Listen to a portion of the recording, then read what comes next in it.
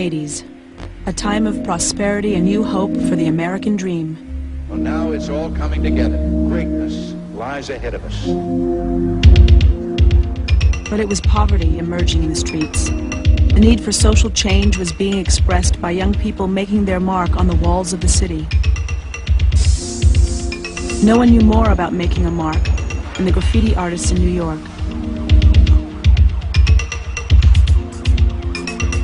In the midst of a complex and sophisticated society, the cave drawing was making a comeback.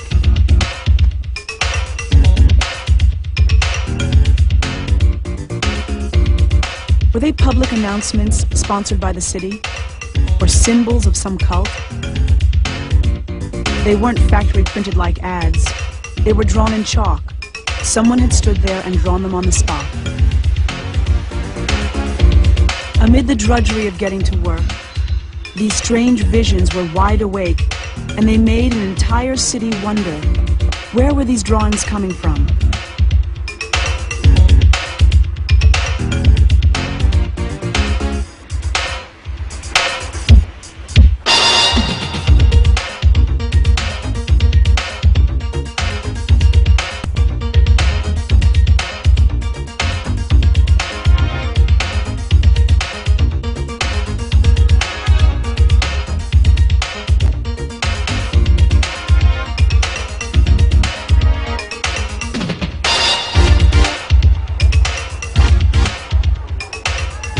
In the middle of a new decade and a vibrant East Village art scene, Keith Haring, 21 years old.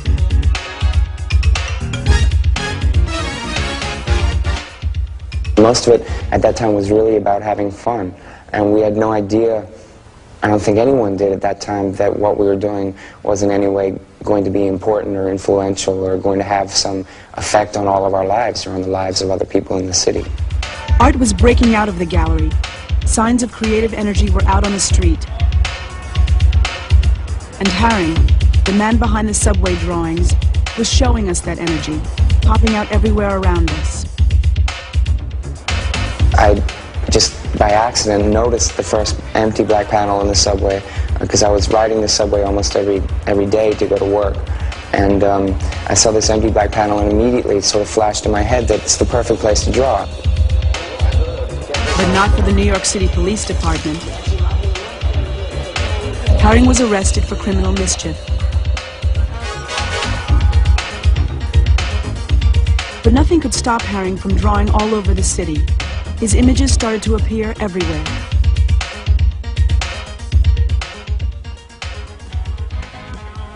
Keith Haring was born in 1958 in Kutztown, Pennsylvania. He grew up in the 60s.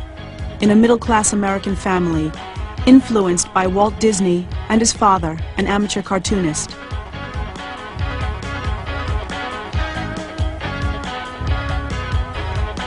Haring was too young to take part in the political turbulence of the 60s, but that same spirit was to emerge later in his work. Most of my, I suppose, political concerns and social concerns came from, my life experience. I mean, partly being being born in the 60s, or late 50s, and growing up in the 60s, and sort of being around the quote-unquote counterculture, but not being able to participate in it, but definitely being very affected by it, and being at the age at that time when I was, I think, most impressionable, and seeing things like the Vietnam War when I was 10 years old, and seeing race riots on television, and reading Life and Look magazine, things like that. In 1978, he moved to New York City to study painting at the School of Visual Arts.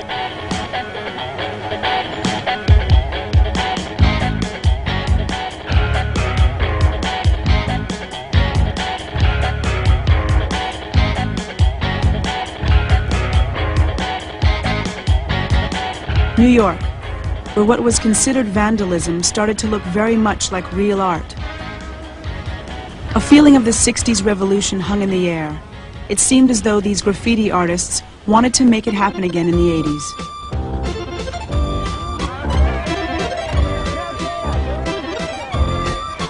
What was interesting about this young group was that they had tremendous stamina, euphoria, and drive to recreate what they thought to be the best things or the most fun or the most innovative things to be done at that time. They had tremendous energy and vitality. They had a new message to give. They had a new vocabulary to sort of communicate to and to broaden, to rediscover and to elaborate on. The idea of behaving rather like the older artists was not acceptable to them. They weren't interested in it. It wasn't fun for them. These young artists were following in the steps of the pop artists of the 60s, who broke through the boundaries of the conventional art world.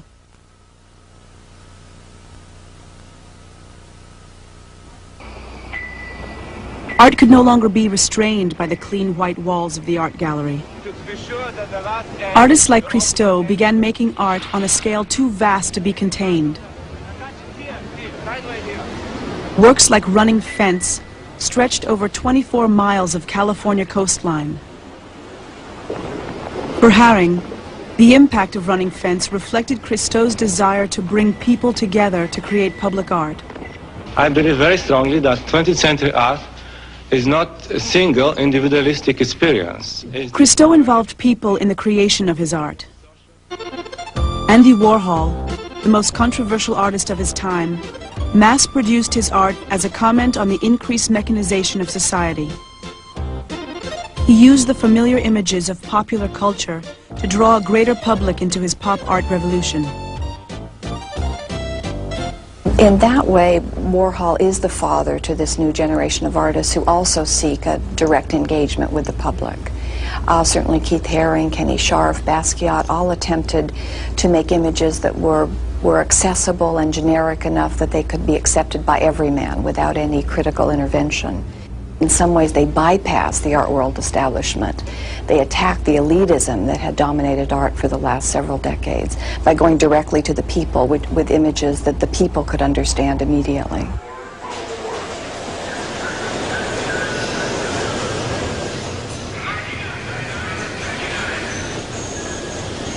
Birth, death, love, war. These simple, almost primitive images appeal to a wide range of people. The variety of people that were seeing the work brought with it a variety of responses and variety of different ideas about what the work was. And so it sort of became the perfect environment or laboratory to work out all these ideas that I was discovering.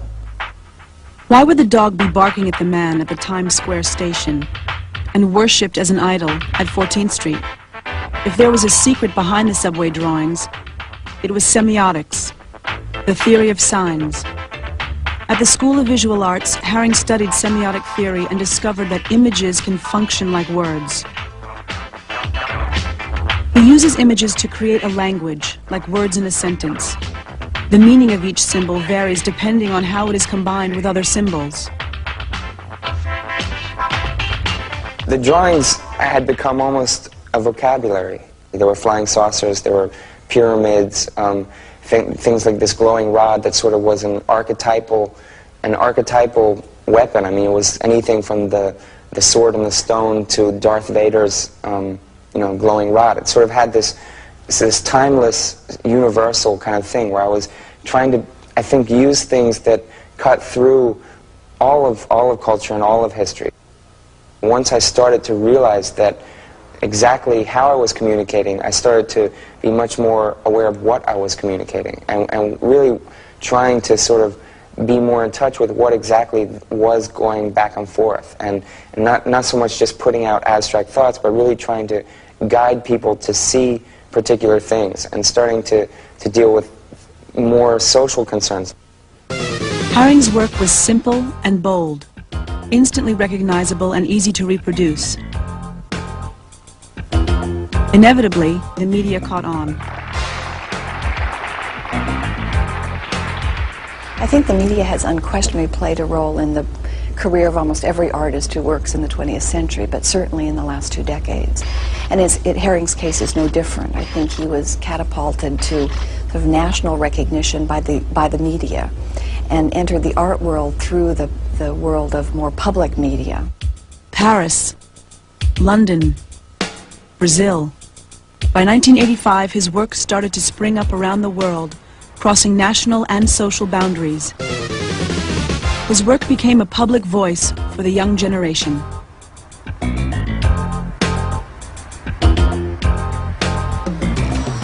Haring had entered the art world through the back door of popular appeal.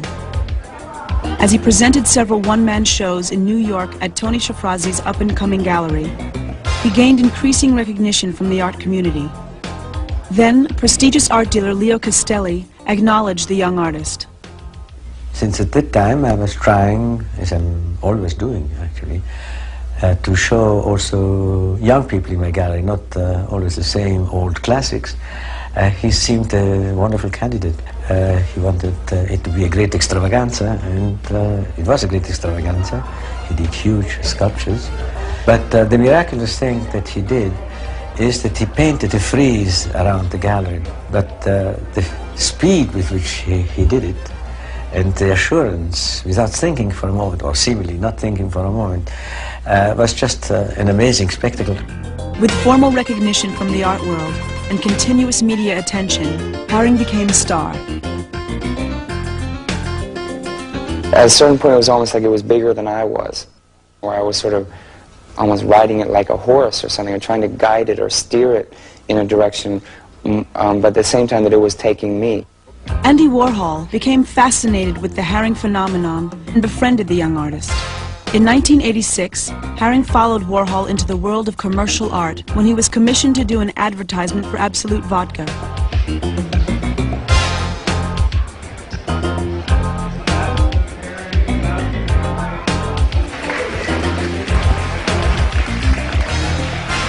The Absolute campaign, and others like it, offered Haring an irresistible opportunity to reach a wider audience. I think that there's a lot of information that's really important to be passed on to people, and that if it's done in a way that's interesting or is good quality, then it makes people even more interested in the thing that they're seeing or that they're learning. A lot of my quote-unquote introduction into the commercial side of things has been totally misunderstood and misrepresented by especially by art critics or by sort of critics at large. I mean, people don't understand that there could possibly be any other motivation to do something that reaches a lot of people, or to communicate in a different way, in a new medium, in a new technique. The mass appeal of Haring's images encouraged him to make his most ambitious step into the commercial world. In 1986, he opened a shop of his own. The Pop Shop opened in Lower Manhattan. A wide range of Haring merchandise became available to shoppers of every kind. Yeah, I would like to get the bouncy thing with the black shirt. I like what he draws. I think it's cool. Some critics called it a sellout. The Pop Shop was more really a response to what was already happening in the world than it was something that was just an idea that was initiated on my part. I mean, the Pop Shop sort of grew naturally out of what the work was becoming anyway. The images had become part of the world and part of a universal culture. I had to go with that idea and let it happen, let it become part of the culture, let it become part of the mass culture, instead of sort of taking it back into the art world and hiding in the art world, which is where I was trying to break out of in the first place. I don't think that Keith is commercial at all. I mean, in the bad sense, he's not commercial at all. Now, if he opens a store, as he did, that's part of his art. Is all kinds of things that Andy did were part of his art. I think the store itself is a work of art. For me, one of the ultimate achievements of an artist is to push forward the boundaries of what is considered art and what is not. Andy Warhol did that, and with the Pop Shop, with his billboards, Keith Haring is doing that. As his fame grew, Haring welcomed the chance to bring his work to even more places. Hier de Amerikaan Keith Haring in de cafetaria op de 3e verdieping, waar hij aan een muurschildering werkt. He mounted international exhibitions, which gave him the opportunity to travel and experience other cultures. Primitive Primitive art such as Aboriginal and African art influenced him deeply. But ultimately, Haring's dynamics and language were uniquely his own.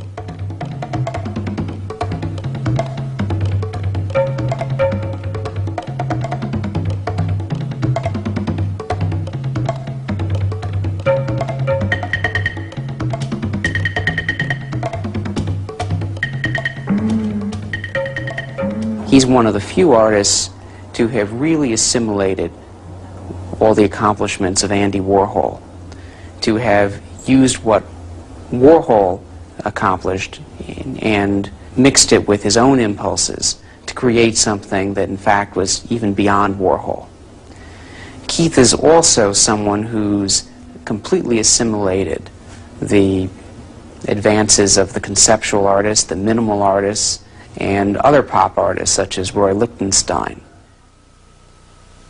Always versatile, Haring continually investigates new media and new scale.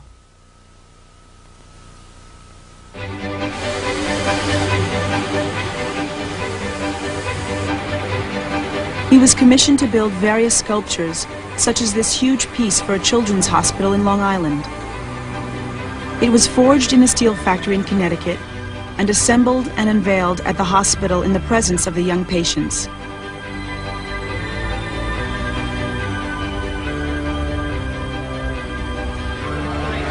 I think it was very nice of whoever made that statue to dedicate it to the hospital. I think that was really nice of him. I think it stands for peace, love. Children can do whatever they want if they try hard enough. And that's all.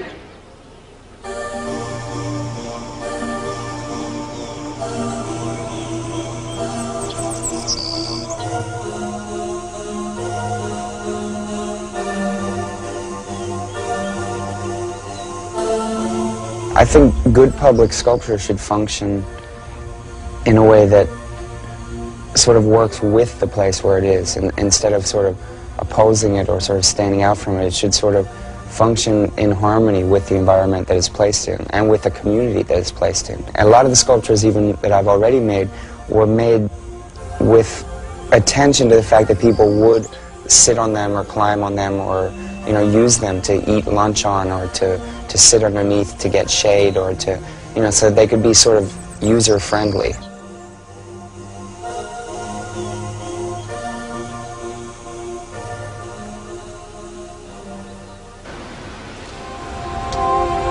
Haring deals with the issues of today. In the mid-'80s, the disaster of crack was invading the city. Haring's work spoke to people living on the fringes of society, to children, to minorities. As Haring gained their respect, he felt the responsibility to speak out on the issues that touched their lives.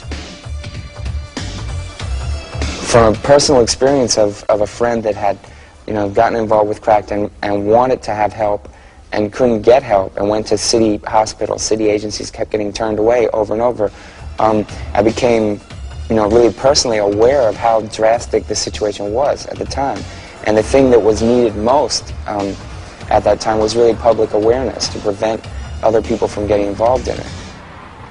Life is fresh, yes, you better believe it. A crack is whack, no, you don't need it. Life is fresh, yes, you better believe it. A crack is whack, no, you don't need it.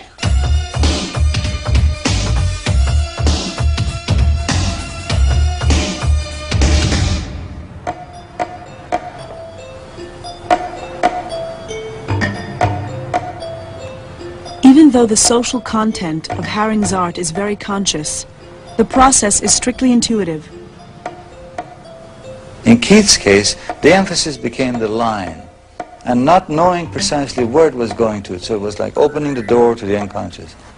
Whether he's drawing a small drawing, you know, for a child, or whether he's doing a major mural, the size of a building, whether it's extremely simple with a few lines or tremendously complex, both symmetry and little different information, there is no sketch, there is no preparation.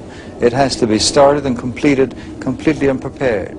You're expressing yourself, being whatever parts of yourself that is, whether that is complete accuracy or more humanly making you know, diversions, or not making everything exactly symmetrical, or everything is not going to be exactly balanced 100%, but it will still have that kind of sort of consistency that is as consistent as you are as a person.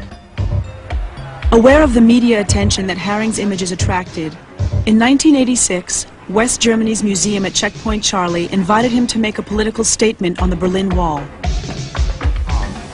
I went to Berlin for about 3 days when I went to do the wall, and unfortunately, as is often the case, it was very cold and almost rainy most of the time I was there. The rain sort of let up around, I don't know, 10 or 11 o'clock in the morning, and so I started painting. But when I began to paint, the East Germans were peering over the wall all the time. At first they were curious because they saw all the people sort of milling around on the western side and the press and things, so they didn't know exactly what I was going to do. But eventually, after they came out a few times and realized that what I was painting was not really derogatory or was not sort of insulting them in any way, they just decided to let me alone and sort of stayed behind the wall the rest of the time.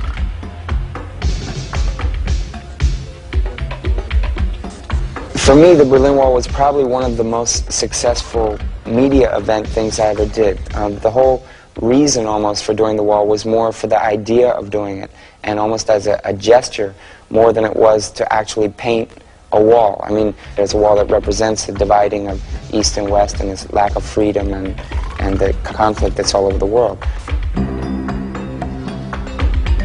In some ways, although it is as a political act, it has to transcend politics and be a message to people. It's about unity, no matter in the face of whatever kind of struggle or oppression. There still has to be the power of people.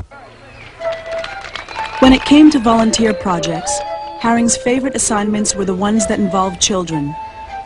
In a way, it's as important to maybe communicate to one person, to one 10-year-old person that's growing up, as it is to try to make any big effect on the entire world.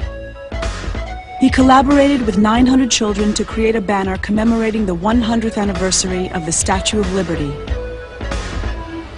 The project began with Haring painting the giant 270-foot image, as always with no preliminary sketches or plans.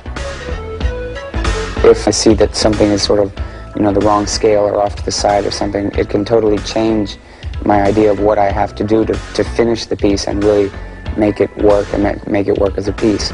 So almost every piece is sort of an adventure or is an invention as you go. Haring spent 3 days with children of every age and social background. He encouraged them to draw their own interpretations of liberty. I think one of the things that attracted me to working with children the most is their honesty, really, and their degree of courage in just saying and seeing exactly what they feel.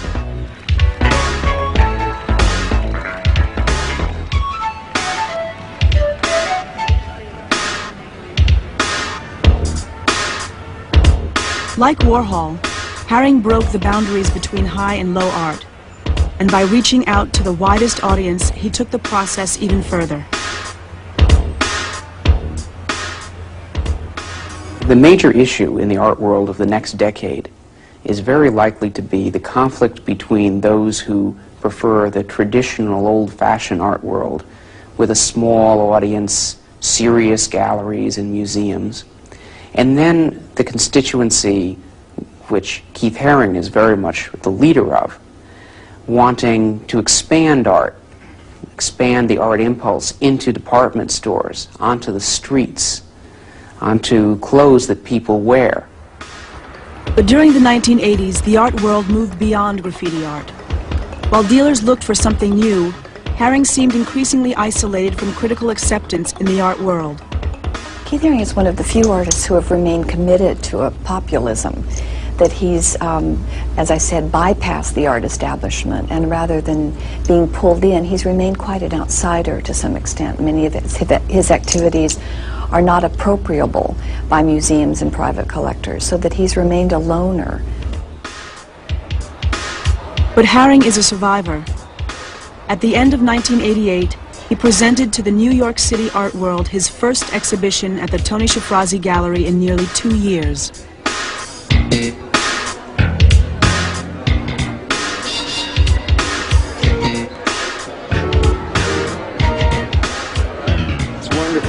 I think he's as important as Andy Warhol. And I've been a fan of his for many, many years. Andy Warhol and Keith Haring. So I think he's terrific. You know? It's very important, this movement. I think his stuff is more in tune with the times, and I think people of all ages can kind of relate to it. And then the colors kind of come out, it's got animation and stuff like that, and people like that. It kind of makes you happy. Even if it's a serious message, at least you can still be happy about it because I think the energy vibrates from his work. Well, you would think, to look at this respectable conservative English Dowager Duchess, that I would not like it. But I love it. He has commercialized himself tremendously, but that is the 80s. Commerce, money, yuppidom, all those things are very representative of the 80s, and he has managed, I think, to keep his artistic integrity. Despite his tremendous success, Haring remains committed to the people. I mean, one of the things I learned from Andy the most was sort of about generosity and about humility in a way, and sort of just watching Andy dealing with people and the way that he would deal with people that were asking him for autographs or just asking things.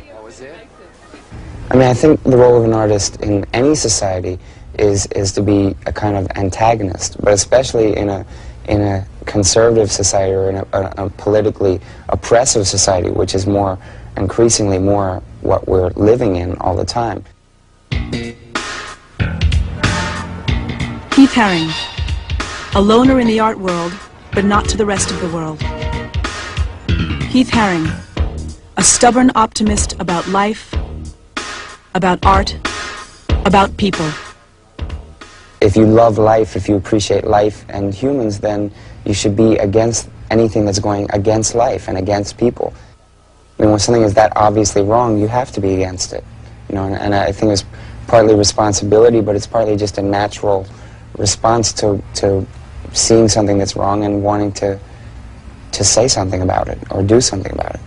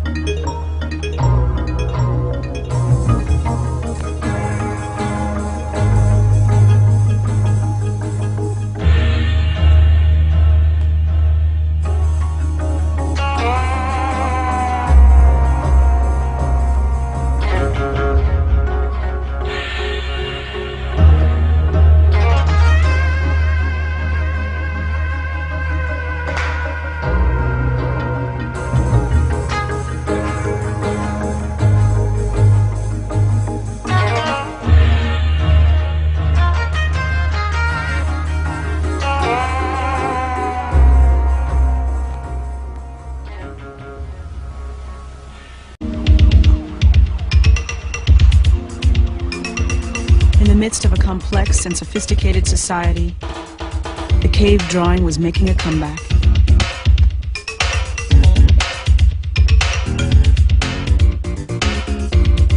Were they public announcements sponsored by the city, or symbols of some cult?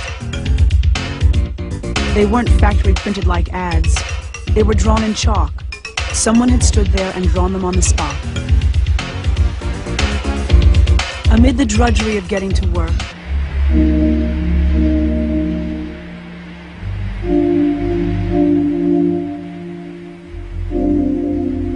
the early 1980s, a time of prosperity and new hope for the American dream. Well, now it's all coming together. Greatness lies ahead of us. But it was poverty emerging in the streets.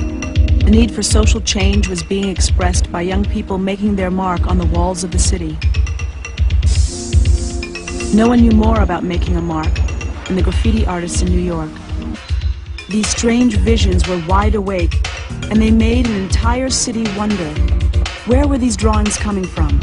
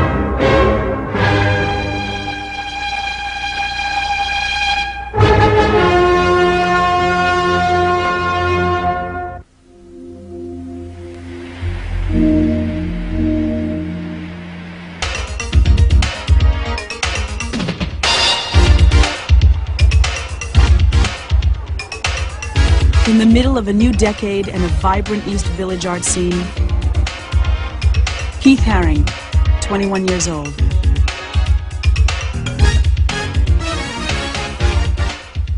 Most of it at that time was really about having fun, and we had no idea, I don't think anyone did at that time, that what we were doing was in any way going to be important or influential or going to have some effect on all of our lives.